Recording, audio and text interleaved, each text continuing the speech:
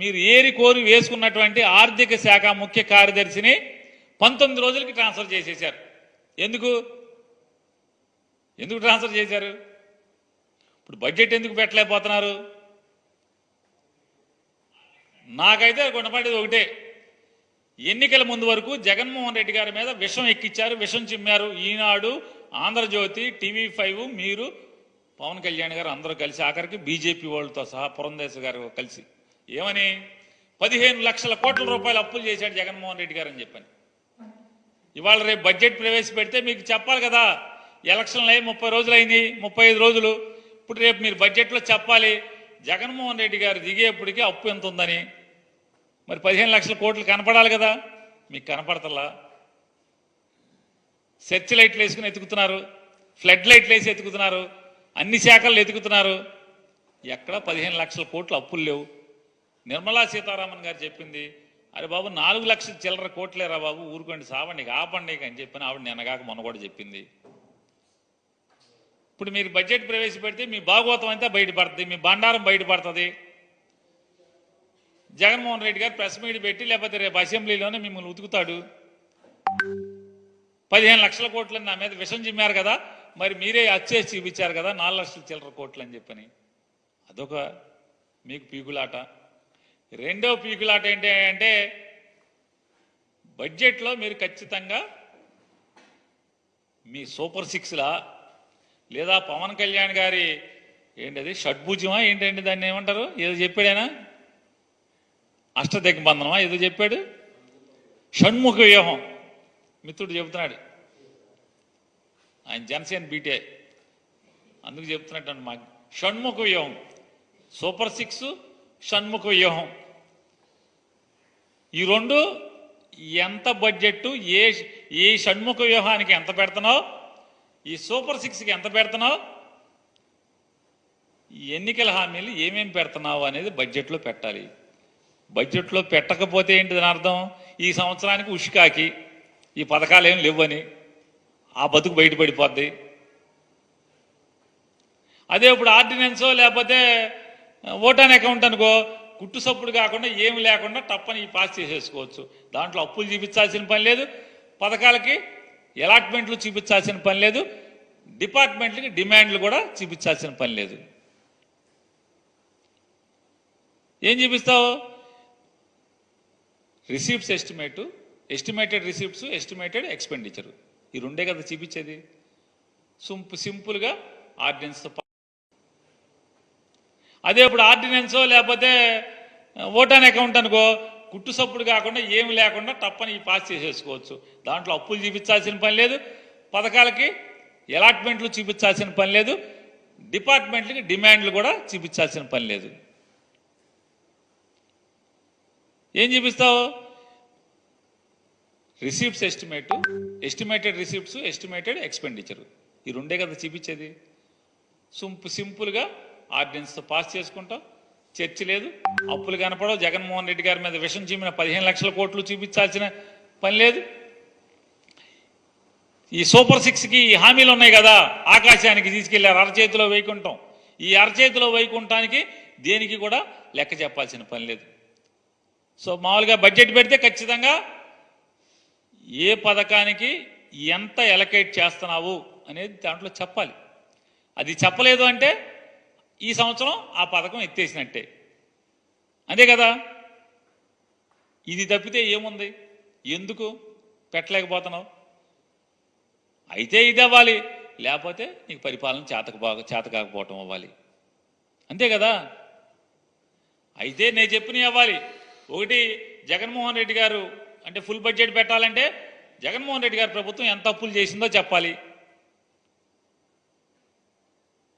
ఆ అప్పులేం 15 లక్షల కోట్లు కనపడతలేదు. అవి పెట్టకపోతే మన బతుకు బస్టాండ్ అయిపోద్ది, అలరైపోతాం. జగన్మోహన్ రెడ్డి గారిని అన్యాయంగా అన్నామని జనానికి తెలిసిపోతుంది, విషం చిమ్మామని జనానికి తెలిసిపోద్ది. రెండోది, ఈ సూపర్ 6లకి షణ్ముఖ వ్యూహాలకి ఎలకేషన్స్ పెట్టాలి, లేకపోతే ఈ సంవత్సరం ఎత్తేసినట్టే మీరు అఫీషియల్గా డిక్లరేషన్ అవుతుంది. కాబట్టి గుట్టుగా జనాల్ని ఇంకా నమ్మించుకుంటూ మోసాలు చేసుకుంటూ పార్టీ మనం వాళ్ళు మన శత్రువులుగా పరిగణించవచ్చేమో నాకు తెలియదు. అలాగే చేశారు వాళ్ళు. కానీ మనం వాళ్ళని శత్రువులుగా పరిగణించట్లేదు. ఈ మెసేజ్ మీరు దయచేసి లోతుగా మీరు అర్థం చేసుకోవాలి. దీన్ని వాళ్ళని పీడించడం కానీ, వాళ్ళు చేసిన తప్పులు మనం చేయకూడదు. అలా అని చెప్పి మనం ఏం చేతులు కట్టుకుని ఏం లేవు. వాళ్ళు చేసిన తప్పులు ఉంటే చట్టం ప్రకారం మన పివి నరసింహారావు గారు ఉటంకించినట్టుగా మన పిఠాపురం సభలో కూడా చెప్పాను. చట్టం ఏ పనులు చేయాలో ఆ పనులు చేసుకెళ్ళిపోతూ ఉంటుంది. కానీ కక్ష సాధింపుగా కూర్చోబెట్టి వాళ్ళని వేధించడం కానీ, సామాజిక మాధ్యమాల్లో నిందించడం కానీ, అలాగే ఎవరిని కూడా వ్యక్తిగత దూషణకి దూరంగా ఉండమని నేను అందరినీ కోరుకుంటా ఉన్నాను. నిజంగా యుద్ధం వస్తే మటుకు, గొడవే వస్తే మటుకు అది వెనకాడం, అది మీ అందరికీ తెలుసు. భావంలో ఉన్న తీవ్రత మనకు భాషలో చూపించక్కర్లా. చాలా మర్యాదగా మాట్లాడదాం, అన్నీ చేద్దాం. కానీ మీరు అందుకు ఇందాక మనోహర్ గారు చెప్తున్నప్పుడు కూడా సబ్జెక్ట్ అవగాహన ఉన్నప్పుడు, దానికి లాజిక్ అండ్ రేషనాలిటీ, దానికి రెటారిక్ యాడ్ అయినప్పుడు దాని తిరుగులేని ఆయుధం. దానికోసం తీవ్ర పదజాలం కానీ, పరుష పదాలు కానీ మనం వాడాల్సిన అవసరం లేదు. అలాంటి భవిష్యత్తులో అలాంటి సమస్యలే వస్తే ఎప్పుడు మనకి పోరాటానికి సిద్ధంగా ఉన్న పార్టీ అది. పదవులను కూడా పక్కన పెట్టి ముందుకెళ్తాం, అలాంటి బలంగా నిలబడగలను. ఈ ప్రజాస్వామ్యాన్ని ఇప్పుడు ఈరోజు నేను రివ్యూస్ చేస్తూ ఉంటే ప్రతి చోట ఎంత అడ్డగోలుగా డబ్బులు ఖర్చు పెట్టేశారో, దోచేశారంటే, పంచాయతీరాజ్ లెక్కలు చూస్తూ ఉంటే గుండె చెరువైపోతాం. 200 కోట్లు కనీసం పే చేయలేని పరిస్థితుల్లో ఒక 40 కోట్లు పే చేస్తే చాలా పెద్ద ప్రాజెక్టులు అయిపోతాయి.